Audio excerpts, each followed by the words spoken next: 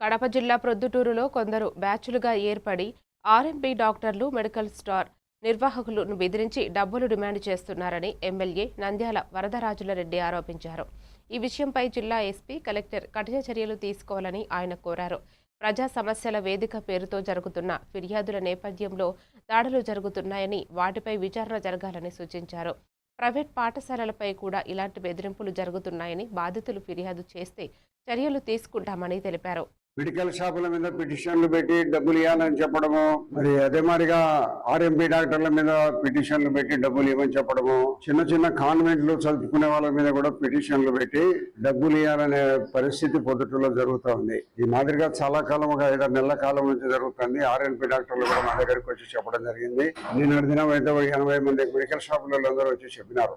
అదే మాదిరిగా చిన్న చిన్న కాన్వెంట్ల మీద కూడా వాళ్ళు పిటిషన్లు పెట్టి డబ్బు ఇస్తే సరే, డబ్బులు ఇవ్వకపోతే పిటిషన్ పెడతాంటారు. ఈ మాదిరిగా ఇది జరుగుతుంది. కొంతమంది డబ్బులు భయపడి డబ్బులు ఇచ్చుకునే వాళ్ళు కూడా ఆర్ఎంపీ డాక్టర్లు కొంతమంది ఉన్నారు, కాన్వెంట్ల వాళ్ళు కొంతమంది ఉన్నారు, కొంతమంది మెడికల్ షాపులలో కూడా ఉన్నారు.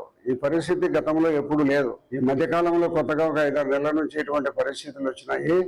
వీళ్ళందరూ కూడా వాళ్ళ ఫోన్లు చేసిన వాళ్ళందరికీ రాత్రి వచ్చింటే చెప్పిన ధైర్యంగా, మీకు ఎవరైతే ఫోన్ చేసి డబ్బులు ఇవ్వని అడుగుతున్నారో లేదు, వాళ్ళ ఫోన్ నాకు వెంటనే చేయండి, లేదా సంబంధిత పోలీస్ స్టేషన్ కింద చేయండి అని చెప్పడం జరిగింది. వాళ్ళు ఏదో కొంచెం భయపడుతుంటే భయపడాల్సిన అవసరం లేదమ్మా, మీరు భయపడేటంత వరకు ఇదే పరిస్థితులు ఉంటాయని చెప్పడం జరిగింది. ఏఎస్పీ గారితో కూడా మాట్లాడినాను, విషయం చెప్పినాను.